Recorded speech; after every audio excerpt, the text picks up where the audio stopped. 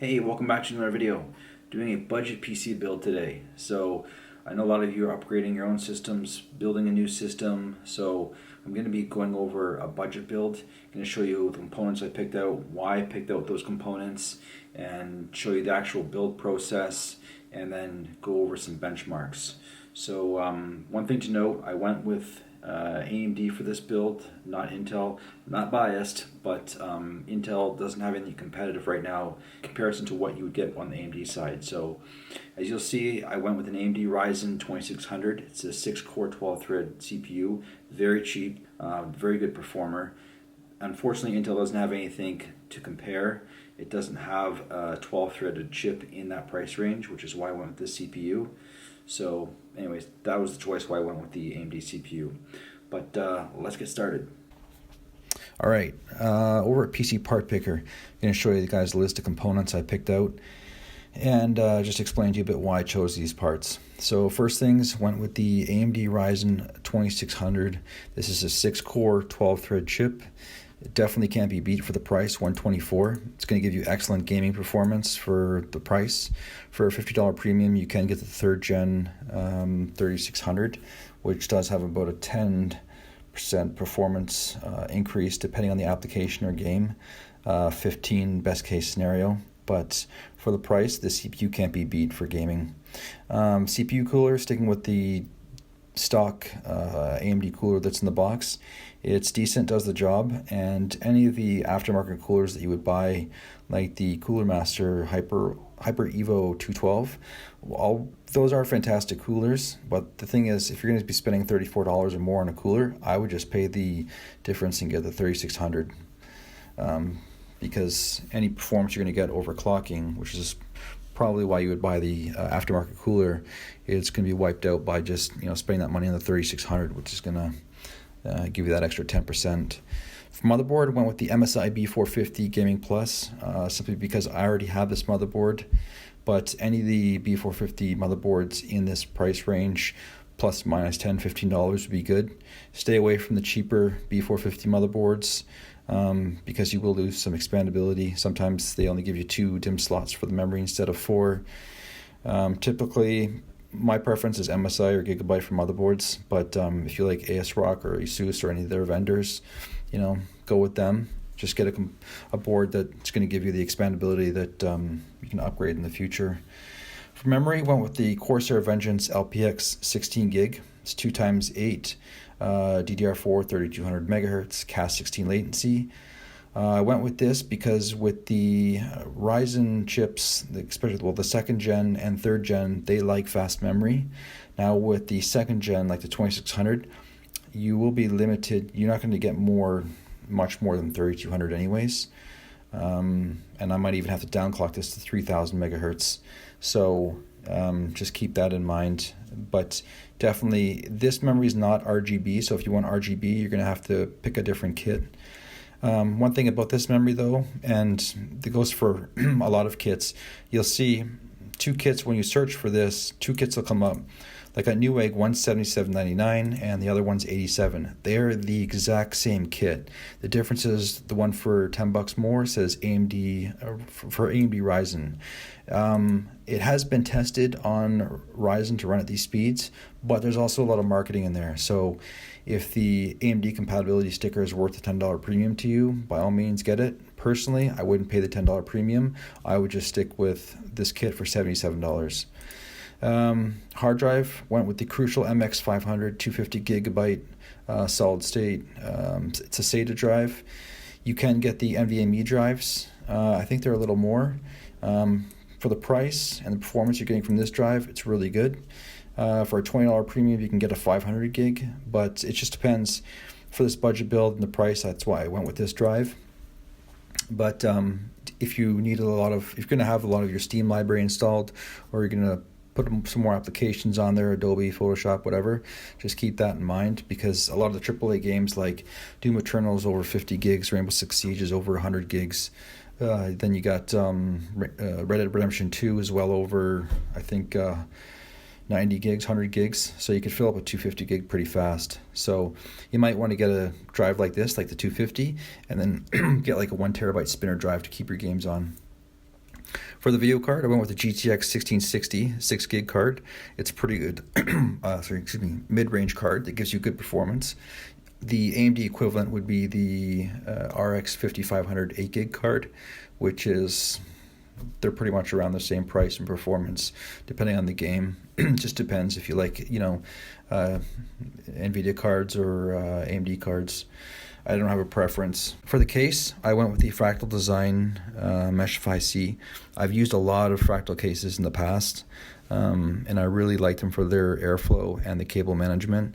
But if you have a different case, you prefer your preferences of different manufacturer, by all means go with that. And then for the power supply, EVGA bronze 600 watt.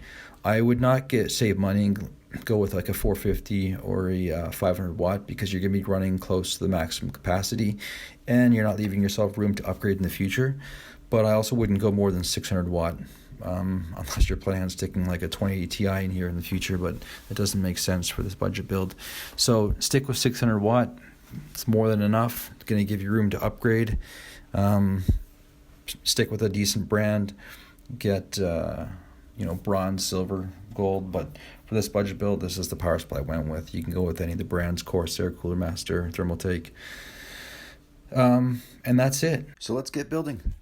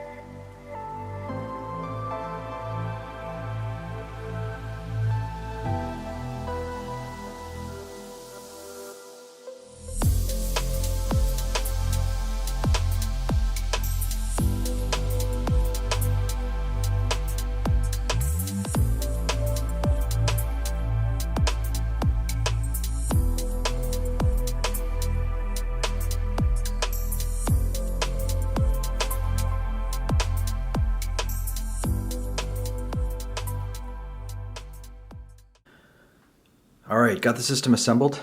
Before I power it on, just a few things about the system. You can see I got my SSD parked outside. That's because I like to test various things, run some benchmarks, so I like to have my drives easily accessible. As I mentioned, this is the Fractal Define C Meshify, so the whole front is mesh. It's a metal mesh. It's really great for airflow.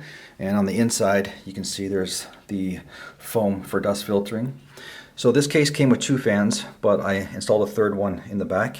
I got a 140 in the front. This is for air intake, and I got a 140 up top, which is exhausting, and another, this is the 120 I put in here for exhaust as well. So I put the 140 here a little lower because I want air blowing over the graphics card, give that a bit of additional cooling.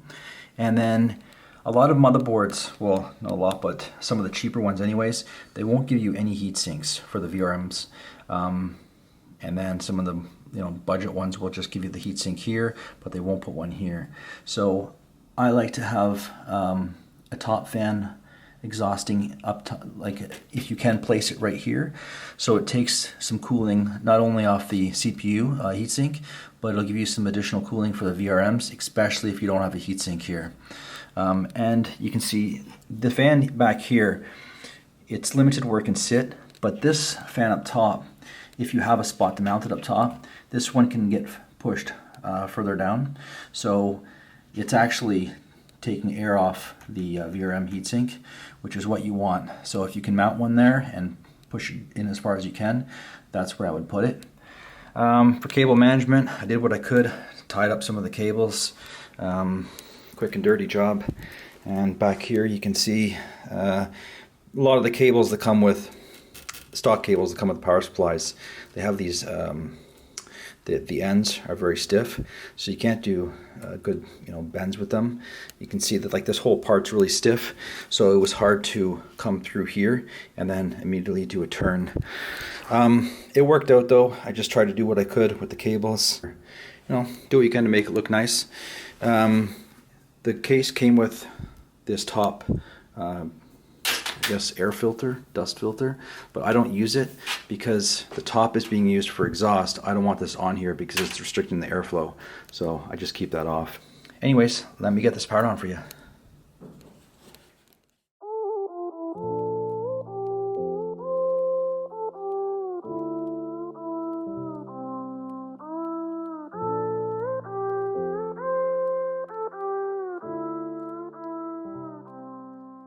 Alright, got the system all assembled. You can see it's running, but we'll find out when we get to Windows 10 how well. Run some benchmarks for you guys, Cinebench, the new Doom Eternal, Red Dead Redemption 2, and give you guys those scores. Be right back.